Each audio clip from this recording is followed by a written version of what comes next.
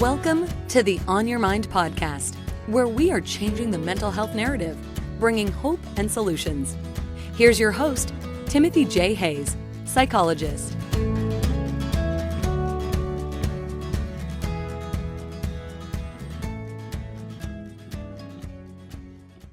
Marcia Bonato Warren is a trauma-informed body psychotherapist, somatic counselor, intraculturalist, and author with over 30 years of cross-cultural and mental health experience. She is a licensed professional counselor in the state of Colorado and holds a Master of Arts in International Relations from Johns Hopkins University. Also a Master of Arts in Somatic Counseling Body Psychotherapy from Naropa University, as well as certificates in clinical supervision, intercultural foundations, sensory motor psychotherapy, trauma training, and indigenous psychology. Her first book, Movement, Identity, Multiculturalism, Somatic Awareness, and Embodied Code-Switching, will be available in March of 2025. Well, welcome, Marcia. Thank you so much for agreeing to meet with me today. It's a pleasure. Thank you for having me. I'm delighted. I am looking forward to hearing if you're willing to share with us how you got into the work you do and what drives your passion for it and what led to you writing this book, Movement and Identity, Multiculturalism, Somatic Awareness, and Embodied Code-Switching. What a fabulous question. And I will just warn your listeners right now that my way of communicating is storytelling. So this may be a little bit of a story, which also comes into play as the way I wrote the book too. This book really was born from my lived experience. I'm the daughter of a Brazilian immigrant into the United States. She came in the 1960s, my mother did, to teach Portuguese and Spanish. My father is Native American, and I'm an enrolled member of my tribe, Santa Clara Pueblo in New Mexico. And I grew up in Santa Fe, New Mexico, going back and forth to Brazil to visit my mother's family, going back and forth to my tribe, to visit relatives and for traditional events. And so in many ways, this work was born in me. As a multicultural person. And in a particular way as well, I didn't learn the languages of either of my parents growing up, not fully. So on a somatic level, and I'm a somatic therapist, I was learning nonverbal communication pretty much from the get-go in order to try to understand the cultures that I was a part of and the environments that I was in, as well as the relationships I was trying to form within them. So from a very early age, I understood difference, and I understood difference in a way that I saw around me, that I saw within me, but I didn't quite have the words for it. So as I went through life, I was always seeking ways of trying to contextualize that. I did my undergraduate degree in international studies. I did my first graduate degree in international relations. I think always seeking a way of trying to bridge cultures. And then eventually after, getting married, having kids, staying at home, raising the kids, I wanted to go back to school and really focus what I had done earlier in my life, which was advocacy, into a personal, relational career. And that's when I found Naropa University and did the somatic program. It was during that time, and again, this is a long story, I know, but stay with me. During that time, I really began to understand, movement and identity in a way of it being a distinct relationship within me. And that's part of what that degree really brought to me, was a way of embodying all the parts of myself and the parts that I express and the parts that are unconscious and move through me. And that's when I discovered something called code switching, which is really, and we can talk about this more in detail, but it's a way of switching in between initially languages and then identities. And I got curious about how do we do that in our bodies with identities. And that was the birth of embodied code switching. Fast forward until now, it took about 10 years until the opportunity to write a book came through. And it really was a gift. It was out of the blue. An editor found me after I had done a workshop online when I talked about embodied multicultural identities, and offered me the opportunity to write. And that was the greatest gift that I think I've ever had. And so I was able to do that and deepen into an experience of writing and really bringing through what I felt were all the really important parts of being multicultural in this world, both the challenges and the strengths and the gifts it can offer, not only to us as therapists and to the clients we work with, but to really almost anyone that really wants to bring together their experience as a human being on this planet.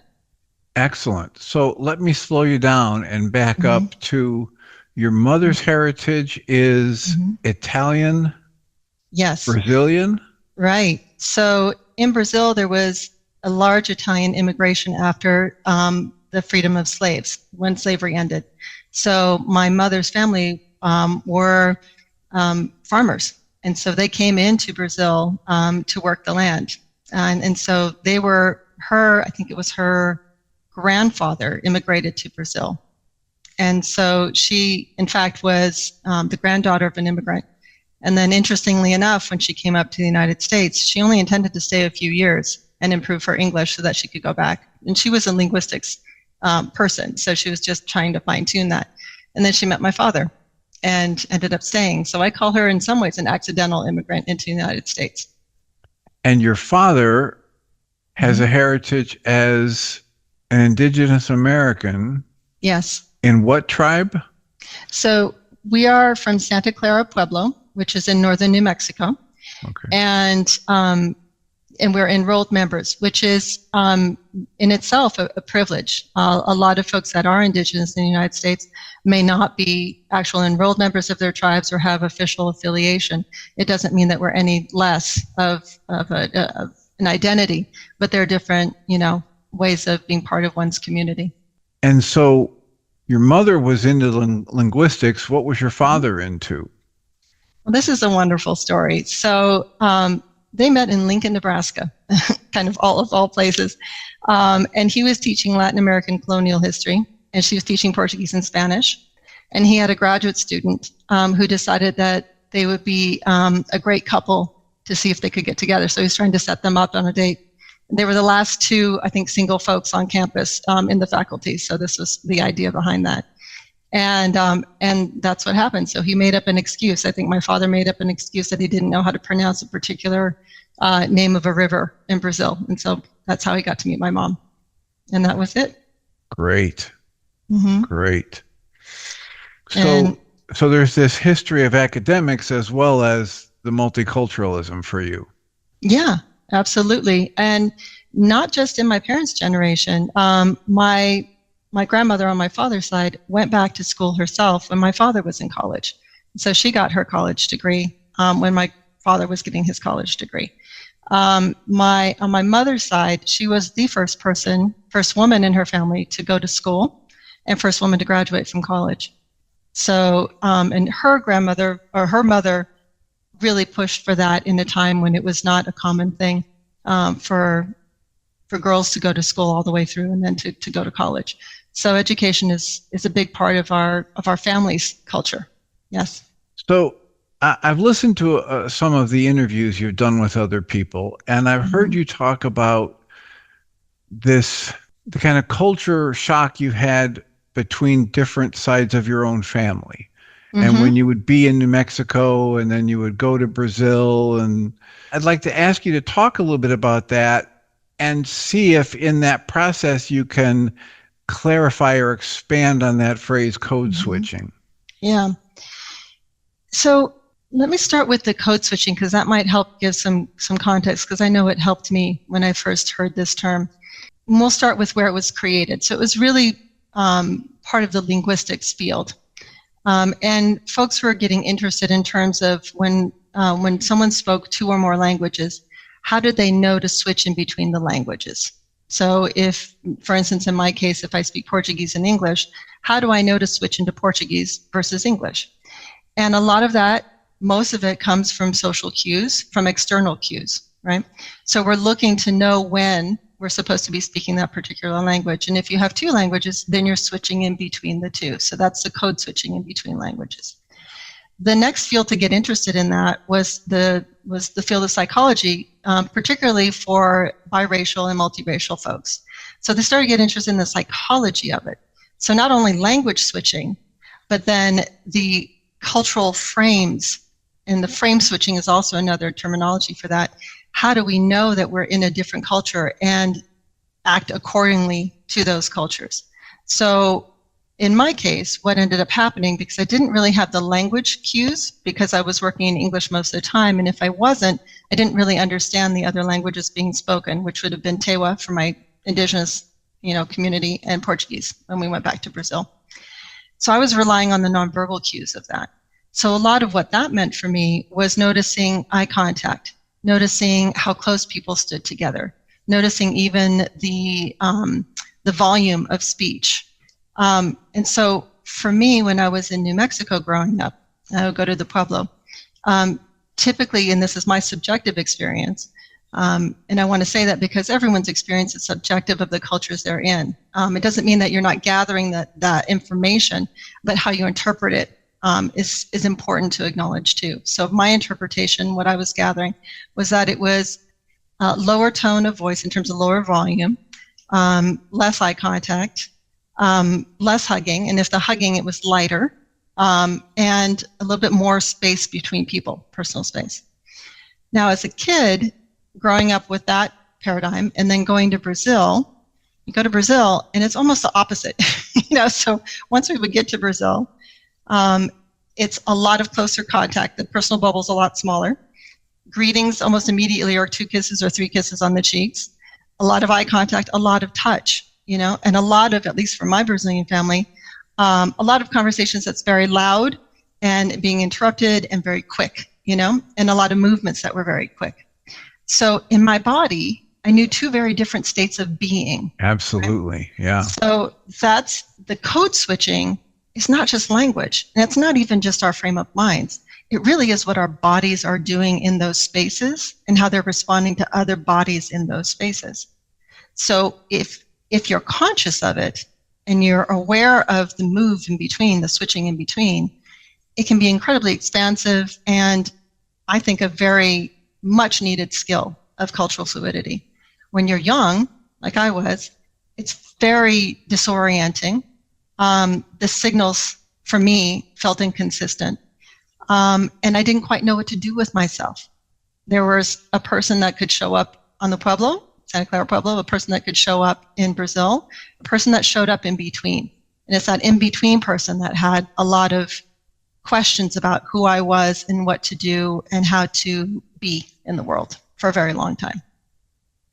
Yeah, as I'm listening to you talk about it, I'm thinking about people that I know and have worked with personally and professionally who have a kind of a rigidity to their thought pattern and their personality that would make it almost torturous for them to have to go between 2 such different cultural families.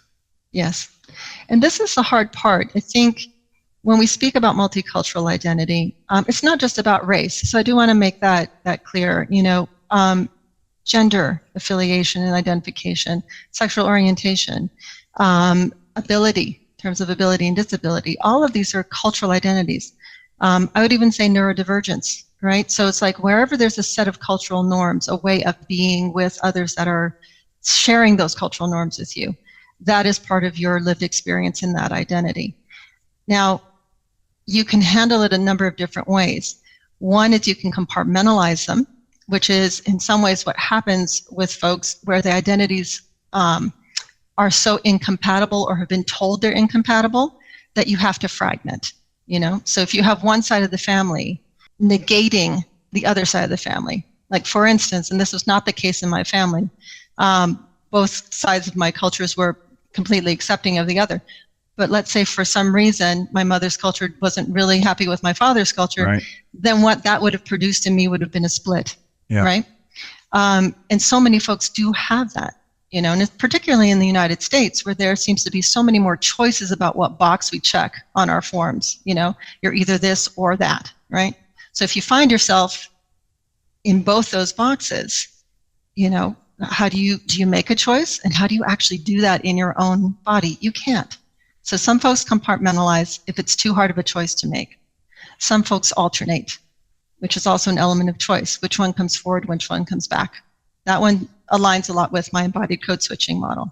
And others just say, I'm not going to have anything to do with any of them. I'm just going to be of nothing or of everything. So there are many different ways of being multicultural and holding those identities in one's psyche and one's body. So in this book about movement and identity and embodied code switching,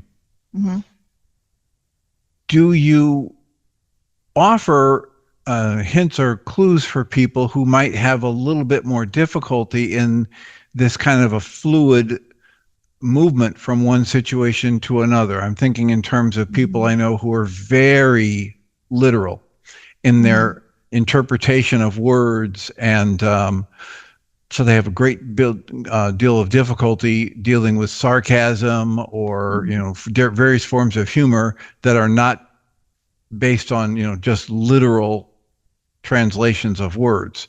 Do you have ideas to help people get more fluid or more flexible? Absolutely. And one of the things I offered in the book was always a return back to the reader in terms of, how do you define these things? How do you feel this? I'm only one person on the path.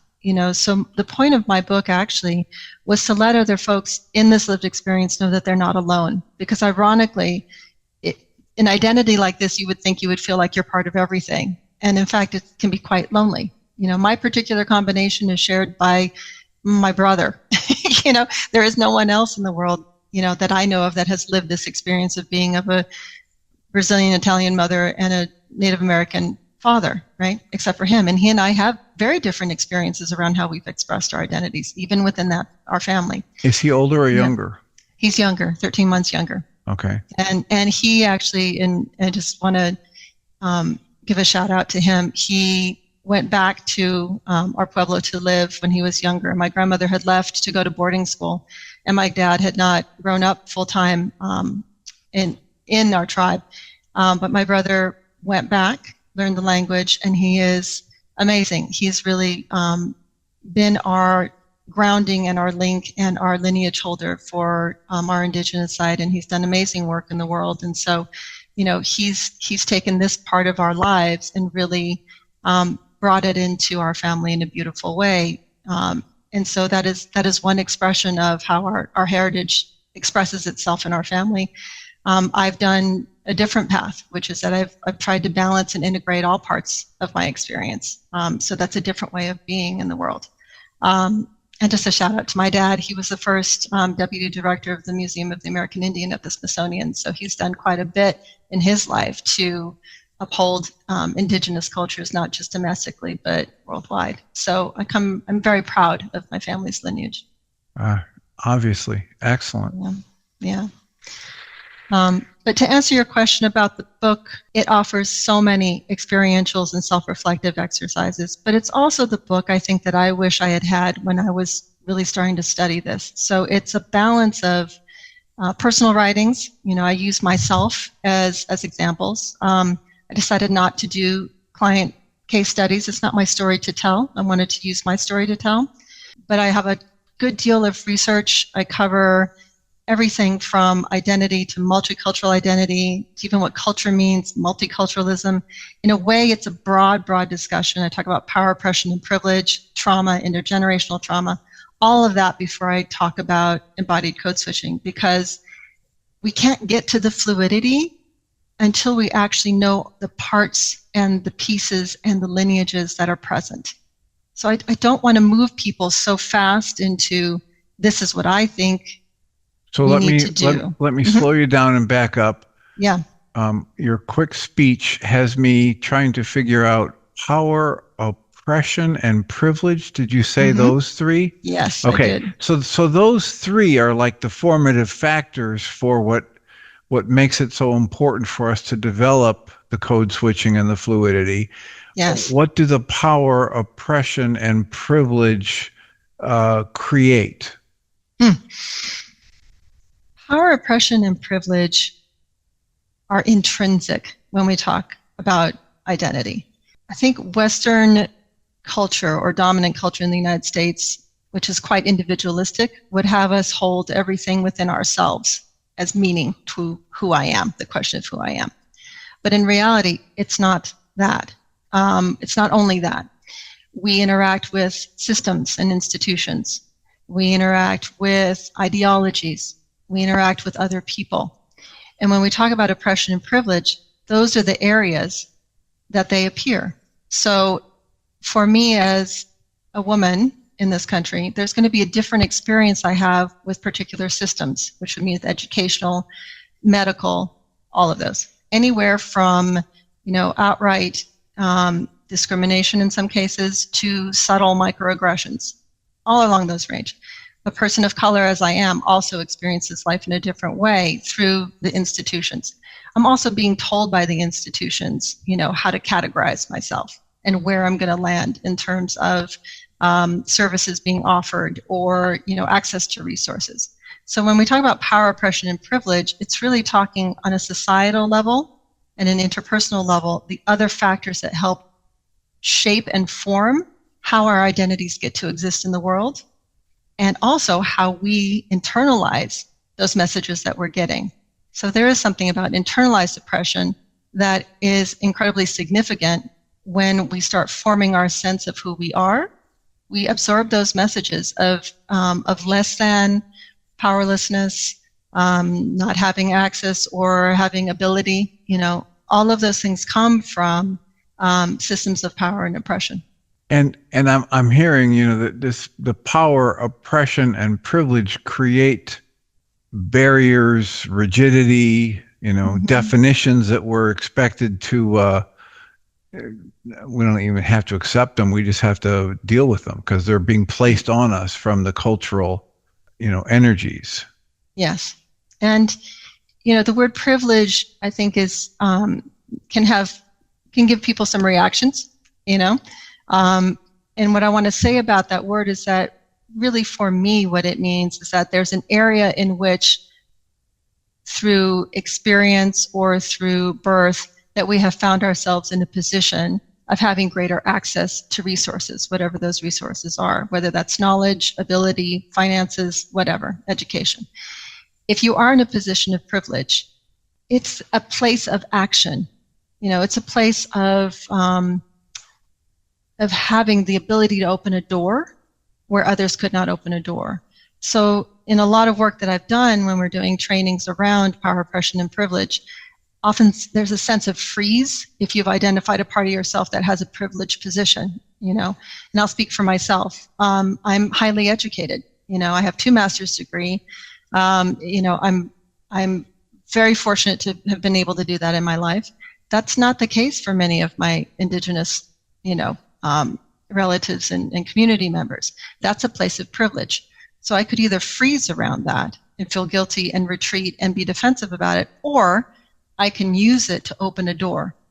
And that is what this book is as well. It's like I am an indigenous voice that's able to write a book that gets out in the world that hopefully will shed some light and some insight for others that would have never been able to understand this particular lived experience in the way that I'm sharing it. So privilege is actually for me a call to action. Oppression for me is a call for empathy. All of us have areas of oppression that we've lived. All of us have identities that have felt oppressed and have felt depersonalized, have felt excluded. All of us have. If we can tap into that, then we can understand another person's experience in the same way. That's where we meet each other. Yeah, and if you can open that doorway to compassion, then it's kind of like a cosmic grease, right? It helps everything work smoother. Yeah. More smoothly. And the thing about power is that as much as we may want to reject it, it is what drives us. And what I say about that in the book is that it's a flow. It's an energy flow, however you define it. And if you think about it, it's a word that can be used as a verb, as a noun, as an adjective. It's pretty much everywhere. If you think about electricity as power, if you think about our sense of agency as power, if you think about our systems that have power, all of those things have power in them. How we move with it is what's important. And for me, I'm very focused on how do we shift from a power over paradigm to a power with paradigm that can produce a power within state. That to me is the shift that I believe multicultural individuals, as we've negotiated our identities, have always had to navigate. Well, I'll take your word for it since I don't have that in that lived experience. I've worked with a lot of people who have. I know that there are very powerful forces that each of us have to deal with. I remember, I'm old enough to have been through enough decades and watched it morph in different ways. So people who have different sexual preference, or people who have different gender identities, and people who have different sense of perceptions. Like if people have a tendency to be on what they now call the autism spectrum, it just very high intelligence and relatively high functioning people who had a tremendous amount of negativity thrown their way simply because they experience the world differently or relate to it differently. Yeah, absolutely. And there's no greater pain, I think, than feeling misunderstood. I think one of the hardest things for me growing up was looking into someone else's eyes that seemed to be confused at what I was saying or doing. That's a huge disconnect, I think, for folks. And no matter what your lived experience is, I think people have had that moment in their lives. And I would say that all of us do hold a multicultural identity. I would offer that you do as well. We've gone through life in different shapes and forms, different roles that we've carried, different careers, different,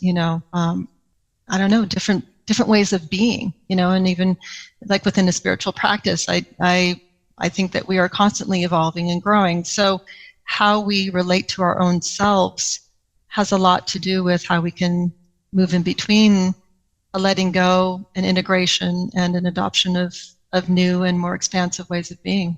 Well, I have to agree with what you're saying, and at the same time acknowledge that I was extraordinarily fortunate, right? Because if I'd been born a few decades earlier, I'd have been outcast as an Irish, right? And as I look at the way things came together for me, a white male in the culture at the time that I was born, and the level of financial stability, certainly not wealth, but relative wealth to people who were poor, that gave me this opportunity to go to college, right? And then to have the intellectual capacity to decide then after 4 or 5 years out of college to go back to grad school. I mean, it's there's that privilege that you were referring to. And some of it I lucked into because of the decade I was born in, or decades. And some of it is just because of the cultural preference. Right. For, the lighter skinned males kind of thing. Yeah. In a patriarchal society. Exactly. And I appreciate you bringing your example in, because it shows how the categorization of who's in and who's out can change within a generation or two, right? So as you said, the Irish community very much, deemed not white in the sense of white privileged, ability to access resources, education, all those things, right? A few generations down, now it is underneath, a privileged category. It's really a socio-political phenomenon as we categorize people as in or out at the whim of whatever is happening in that historical moment of why certain groups of people are of use to the society. How do they have more access, and what are they providing? And I think a capitalist society, we see a lot of, marginalized groups that were allowed to come in, a lot of immigrant populations, to serve a particular, purpose in terms of building infrastructure or providing labor, and how their identities in terms of citizenship were handled had a lot to do with the politics of the time, much as like what's going on right now as well. So it's fluid and yet consistent in terms of. Yeah, there are a lot of people who are alive on this continent who don't know about the horrible treatment and basic slavery that was imposed on the Chinese out in the western part of our country. And when I lived out there for 5 years after college, I learned about it in a new way. And for a long time, brighter people who can take that 30,000 10,000-foot perspective have known this. I remember seeing the line in the movie Blazing Saddles, where they said, okay, we have to build a fake town overnight. Okay, we need all the help we can get. And then the debate goes on. Who will we let help us? And then finally, the guy says, oh, okay, well, we'll take the blacks and the Chinese, but we don't want the Irish. Yeah. And then finally, they were compelled to let the Irish. Right. But people have understood that it's like a rolling wave of who we're going to pick on, and the sad truth of how each time a group has gotten picked on and they make it out of that picked on status, then they'll pick on the next one. They'll join with the bully against the next one that's going to get identified as less than. Right. And if there's anything we can do to interrupt that pattern, we'd all benefit. Well, and that's what I'm talking about. That's the power over dynamic that we see over and over and over again. It is the tried and true way that humans seem to have interacted with difference, and we are hardwired to start, within milliseconds to determine if another person or another group is either a danger, friend, foe, or if they're if they're someone that we want to mate with. I have a professor that called it the 3 F's, so I'm not going to see the last 3. Right, the last right. F, I understand. I know what you're talking about. Yeah. Yep. So, in a way, I think, we've really got to make a purposeful call for us to evolve, because if we are hardwired to categorize others within milliseconds in this way, we also have the capacity to override that. And by overriding that, I mean, gather more information. Pause. That's where the somatic piece really, really helps. It's like we will react, our bodies will react to perceived threat in very distinct ways that is far faster than how our thoughts will catch up to it. In fact, our thoughts will try to make meaning out of what we're feeling in that moment. And one of the exercises I used to do with students and in trainings had to do with personal space.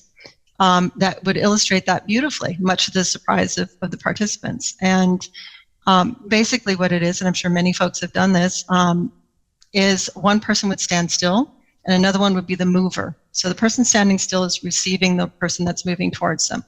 And I would tell the person moving towards the one that was standing still to go slow, but start going towards the other person. And once the person who is standing still could feel their personal bubble touched, without a word, just convey that. And so, after a few times of people trying to talk or laughing, then you would settle into the exercise. And you could see that the nonverbal cues that happened between both people were so loud. And what would happen in those moments when personal bubbles did touch, either someone felt, a surge of, whatever sensation they were getting. Everybody was different. A lot of folks felt, a sense of wanting to push away or step away, or in some ways collapse. It depended, on what their experience was. But they were surprised at how quickly they knew that they felt their personal bubble had been crossed. And then we got to talk about if that happened without words more than a few times, because we don't need much in order to establish patterns in our systems, what that could do in terms of laying down the groundwork for generalizations about that person, right? If that person felt like a threat, it's like, oh, this person did this 2 or 3 times coming into my space. They don't know, they don't feel safe, blah, blah, blah. And then all of a sudden it can turn into stereotypes. So this is where you start seeing how powerful nonverbal communication is and somatic awareness is in perpetuating existing stereotypes and all of the isms that we see, sexism, racism, homophobism, all of that. It doesn't take much. It takes a few times of feeling that another person is a threat, and then you generalize it to all those people, quote unquote, right? And then you have it laid down in your system now as a somatic reaction to discrimination. Yeah. I as you're talking, I think about the book that John Cleese wrote with his psychiatrist, and his psychiatrist and his wife would have these seminars, and they would ask people at the very beginning of the seminar to put your paper and pens down and walk around the auditorium and pair up nonverbally. and make sure it's with someone you don't know, nobody you came in here with, and no one you know. And they would watch from the stage until most of the people had paired up, and they'd say, okay, now stop. And those of you who have paired up, stand together, and those who haven't paired up, come over here and into a little group on the side.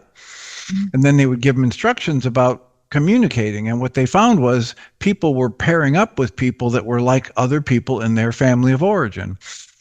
and in various ways, which was fascinating all by itself. But the thing that really got me was what they found every time they did it was the people who didn't pair up and got in a group and started talking, every one of them was either an only child, orphaned, or abandoned.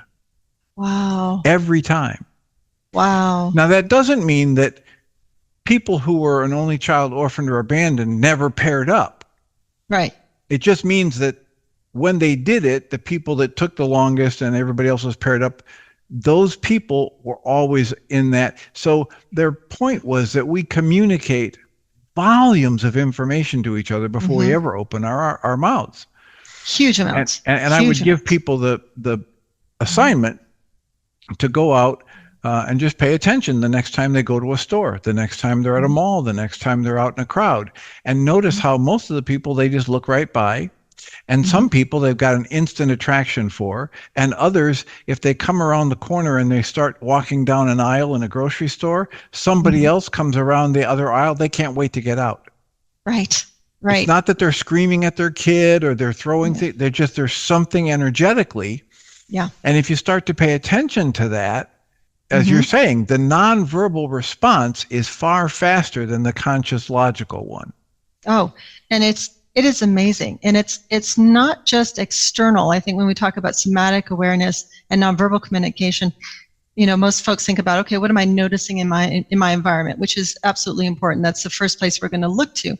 But how do we then pay attention to ourselves inside? Interoception, proprioception, all of those parts of the internal experience, because they have just as much to say that our internal experience as what we're receiving from the outside. And that's actually the part that for me was a big aha moment in my own personal development and professional development as a therapist. It's a concept called oscillation that we use in somatic therapy. So really it's a movement between points of awareness.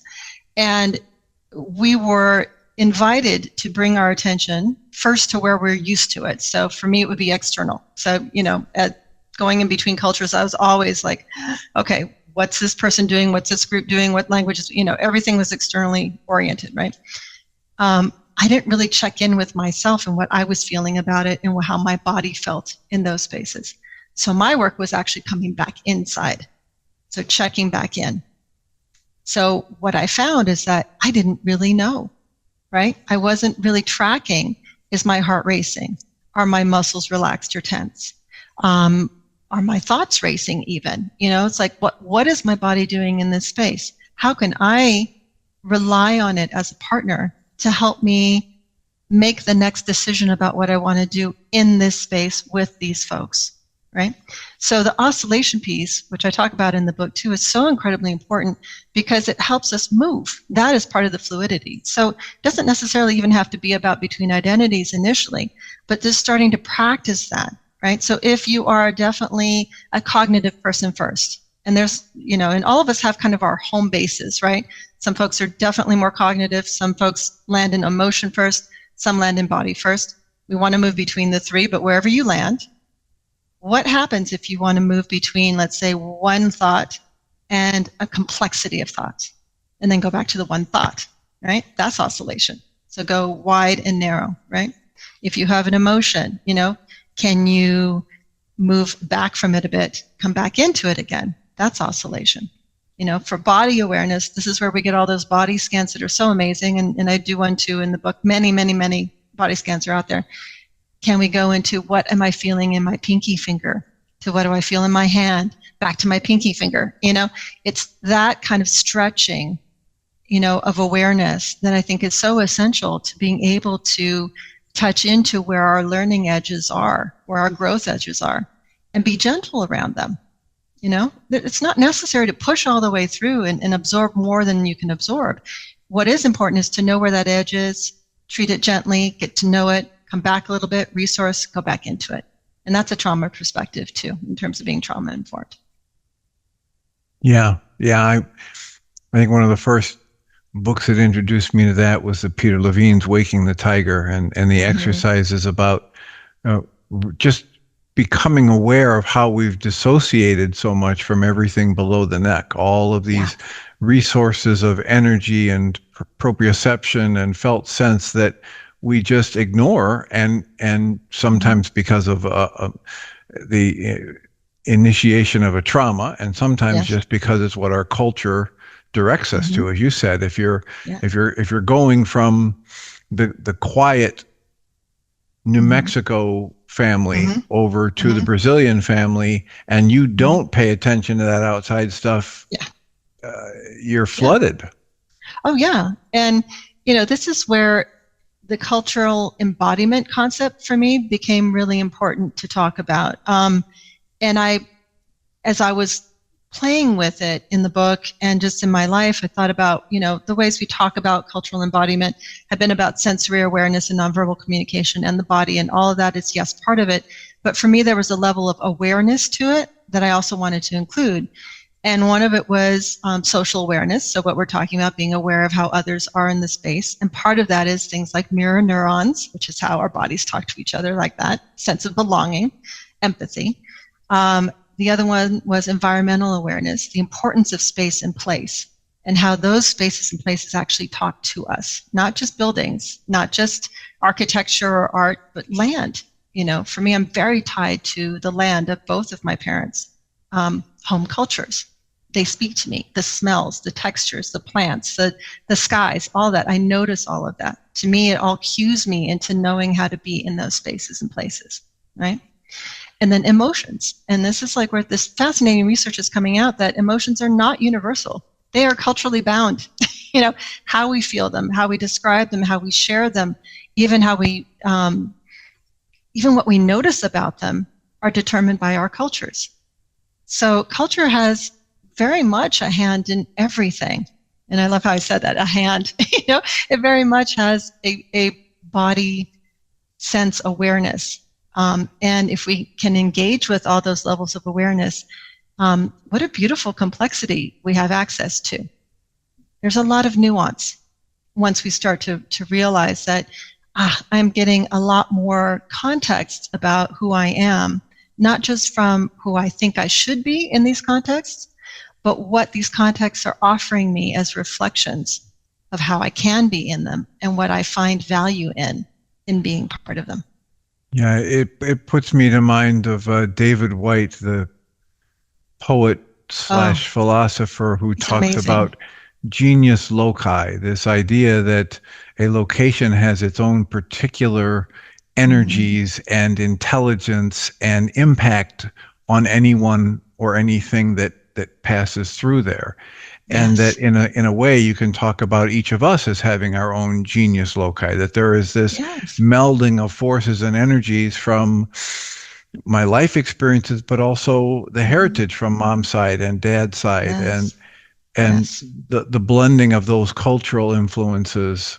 And they're all kind of meeting here in me in the moment. Yes. And think about that for a minute. Isn't that amazing? If you think about us in this moment, you and I having this conversation in this moment, and how many of our lineage holders, our ancestors, are literally beside us and behind us and have brought us to this point in time to have this conversation. So there is something about the alchemy of all the combinations that have come together in order to form me in this moment, form you in this moment, form the listeners that will be listening to this in this moment. And it's both a beautiful mix of the difficulties, the traumas, the challenges, the lived experiences, the histories, and the strengths and the wisdom and the resilience and the creativity and the willingness to go on when nothing else made sense, right? All of those things serve us in terms of what we can tap into that live within us.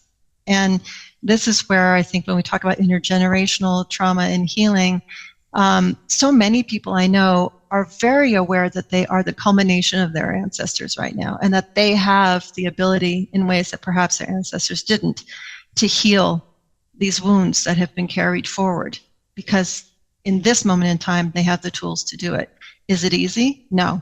But what a gift, because not only does it heal all the previous generations, which I do believe it does, energetically and just physically, because we are literally tied to everyone that's come before us through our genes, through the cells in our bodies, through the land that we walk, everything. Well, and far more than just the genes and cells in our bodies, the energetic impressions. Because if you think that you're just the result of a sperm and an egg, no.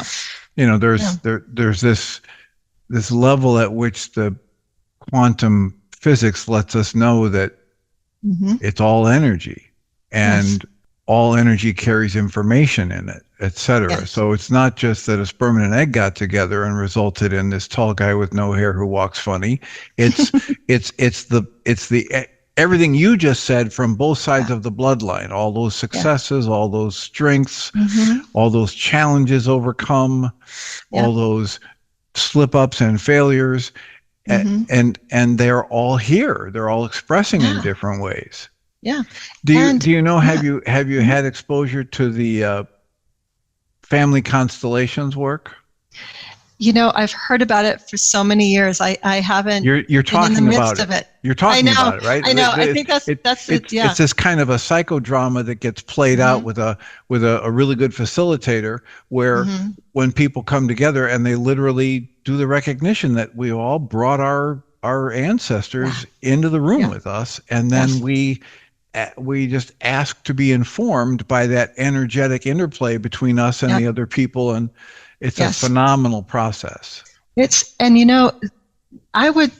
I would say, even, how can I put this in this way? I'm a visual thinker, so a lot of times it takes me a little bit to find words for it. But for me, I feel like our bodies are an immense repository of inner wisdom and knowing that we often forget exists.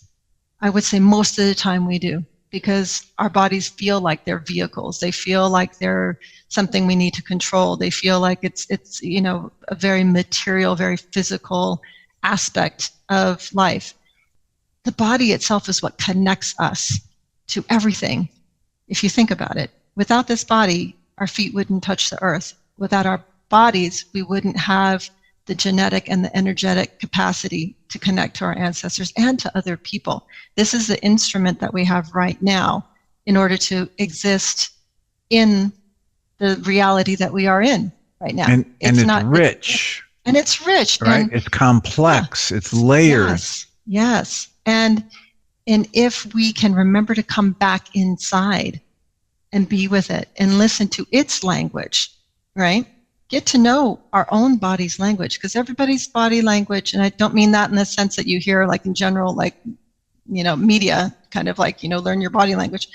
Learn how your body communicates to you. For me, it's been a deeply spiritual process. There are many things that I've gained insight or been given insight to that couldn't have come from anywhere else than the connection that I've had with my ancestors, with the land that I come from, with the body that I'm living in now. My mind couldn't have come up with any of those things. It wouldn't have made sense. And this is something that I found when I work with clients. When we go into that space of inviting the body in, it speaks in such beautiful metaphors. It speaks in such beautiful movements. I don't even want to say the word speak, because it's not even, it's its own way of being. It communicates, It communicates, and it already knows. It's just waiting for you to find it.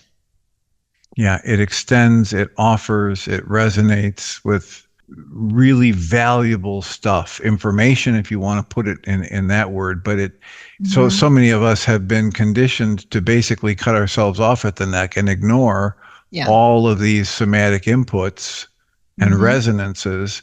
And it's a huge part of why somatic work in therapy is so valuable, because it's like somebody who's trying to operate with 1/10 of their brain functioning. If you're not tuned into what's happening in the body. Right. And, there's so many ways of entering into that experience. For folks that have gone through trauma, the body may not be the safest place to be full time for many reasons, right? So we want to be gentle about that. We want to honor that, And so it might feel better to interact with the physical environment, with sensations and with things like, weighted blankets or being outside, or how do you bring sensation back into your sense of being without it being overwhelming, right? And then coming into the body and how that feels safe. That is very much about trauma.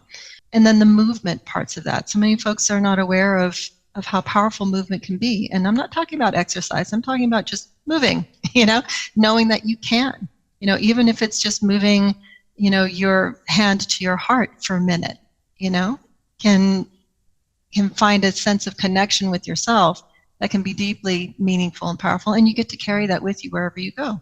So for me, I think, in the book, it's such a complex thing that I'm trying to bring together, and I'm fully aware of that because it feels very much about, how I was trying to connect the dots, and I love to integrate so many different things into maybe one way of holding it, right? But what I hope I offer is that for folks to be able to go through the book, have moments of pause and self-reflection with some of the experientials that are in there, some of the journal prompts, some of the offerings of information. And I offer something called through Embodied Code-Switching, a feedback loop called sensation, interpretation, and action that helps us slow down. And whenever we're in a moment, to feel what we're feeling in our bodies, to notice what thoughts and feelings come in, how we interpret them, and then to decide what we want to do with that, which is the action part.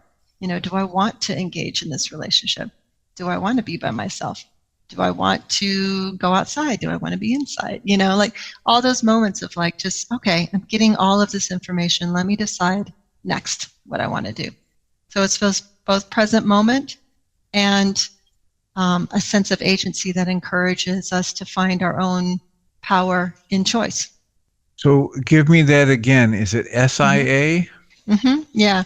So there are two parts for embodied code switching. One is SIA, the SIA loop, sensation, interpretation, and action. And sensation is about the sensations we feel. And like we were talking about, not just external, not just environmental, what we're getting from the outside, but also what is our body feeling, which is both sensory awareness and nonverbal communication. And then interpretation is going to be both what the thoughts and the feelings. Yeah. What we make it mean. So for some folks, it's going to be about what their emotions are telling them about it. Others, it's going to be what their thoughts are telling them about it. All of that is meaningful because you'll get it pretty much in a minute. It's like you will hear a core belief, or you will have a judgment, or you'll have a wish, or you'll have some other kind of interpretation of what just happened in the body. And then what I think is really important at this point, once the information is gathered, is to remember that you have a choice. So that's the action.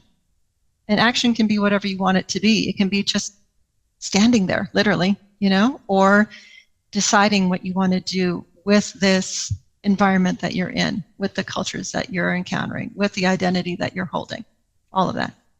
And there's no particular order. We get them all of those different entry points happen. So wherever it's most comfortable for people to start, that's where we can start, and then integrate them and let it keep moving and informing. And that's the first part of embodied code switching. Yeah. And then the second part is what I call an identity expression infinity loop. So a lot of words, but basically it's an infinity loop. And if you think about each point of the infinity loop representing a cultural environment where one of your identities comes forward, right? So for me, let's say it would be Santa Clara Pueblo on one side, Brazil on the other, right? Then in this loop, I ask folks to either visualize or actually move through the experience of being fully within that culture and noticing, how you are embodying that culture. What are all the things coming up around that? So really immerse, right? So I would really immerse in the Santa Clara identity for me. Really take on the positions, the gestures, the postures, the whole thing.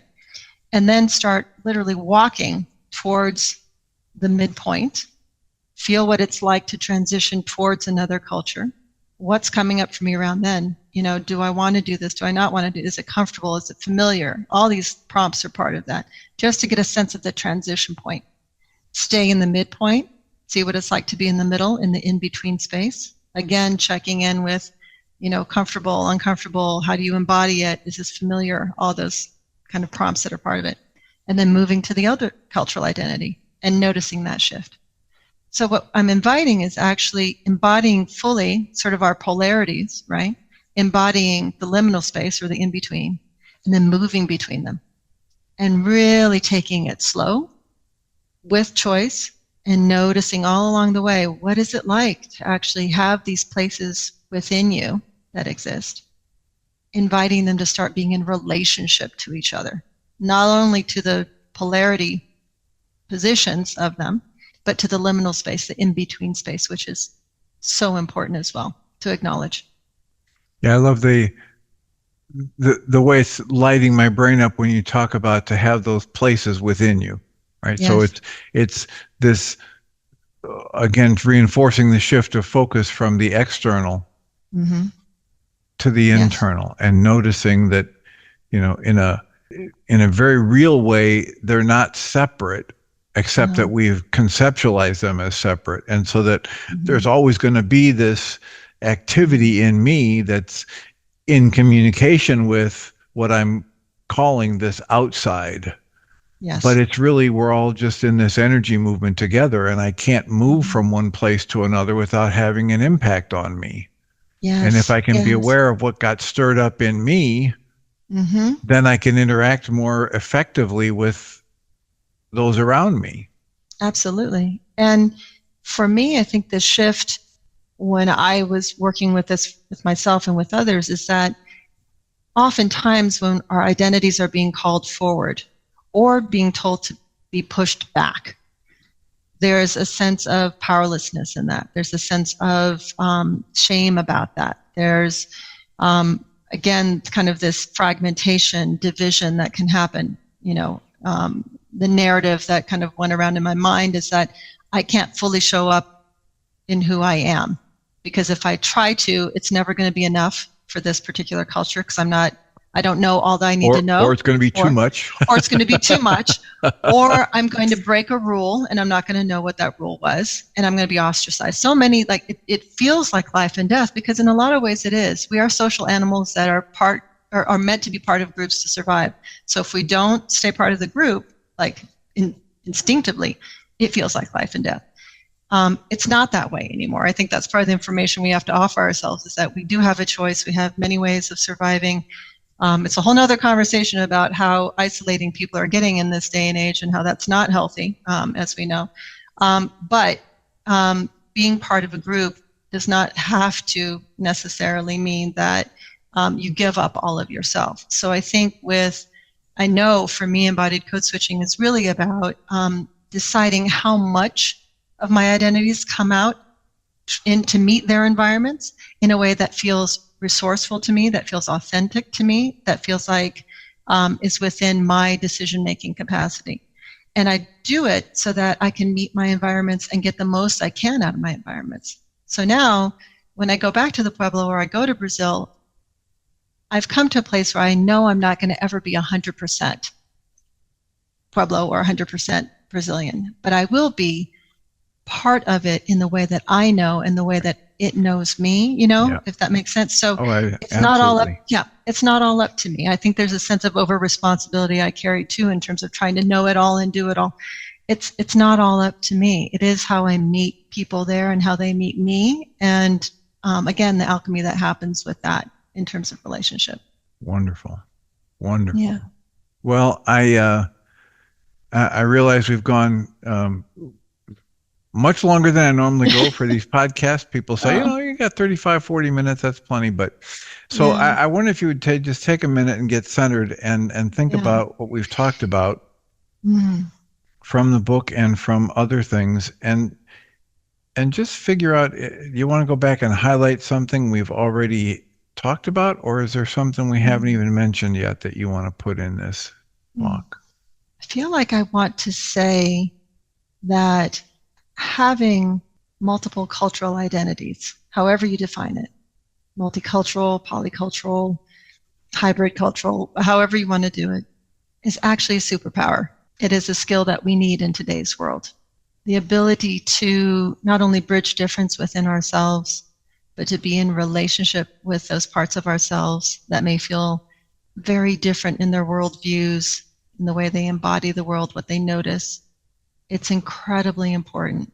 And through empathy, sense of belonging, power with, lineage and the wisdom that's come through trauma and creativity and healing, all of those things that live within us, that's the complexity of what it means to be human today. So I would offer that as encouragement for folks as they read my book or as they encounter this healing path on their own, to bring in all the parts of yourself, have them be in relationship, and let your wisdom shine. And own that superpower. Own it. We need it. We need it. Wonderful. Well, thank you so much for sharing. The book is Movement and Identity, Multiculturalism, Somatic Awareness, and Embodied Code-Switching. And I look forward to getting a hard copy and getting through it. Thank you so much for taking the time to share with us. It's been an honor. Oh, it's been an honor and a pleasure. Thank you so much. Marcia Bonato Warren is a trauma-informed body psychotherapist, somatic counselor, intraculturalist, and author with over 30 years of cross-cultural and mental health experience. She is a licensed professional counselor in the state of Colorado and holds a Master of Arts in International Relations from Johns Hopkins University. Also a Master of Arts in Somatic Counseling Body Psychotherapy from Naropa University, as well as certificates in clinical supervision, intercultural foundations, sensory motor psychotherapy, trauma training, and indigenous psychology. Her first book, Movement, Identity, Multiculturalism, Somatic Awareness, and Embodied Code-Switching, will be available in March of 2025. Marcia's therapy practice, Embodied Code-Switching, focuses on developing the resilience and unique expression of multicultural identities through somatic awareness. Her work has been featured in journals and publications over the past decade. Marcia is proud of her heritage and the gifts of her ancestors and identifies as an enrolled member of Santa Clara Pueblo in New Mexico and as Brazilian Italian. She is passionate about developing the potential in human beings to embrace diversity through multicultural embodiment. You can connect with Marcia at marciabonatowarren.com. That's MarciaBonatowarren.com. You've been listening to the On Your Mind podcast, offered by Journey's Dream, where we support people through mental health challenges to a place of true and lasting well-being. If you love our show, we invite you to visit onyourmindpodcast.org to join the conversation, access the show notes, and discover our helpful resources. Thank you for listening.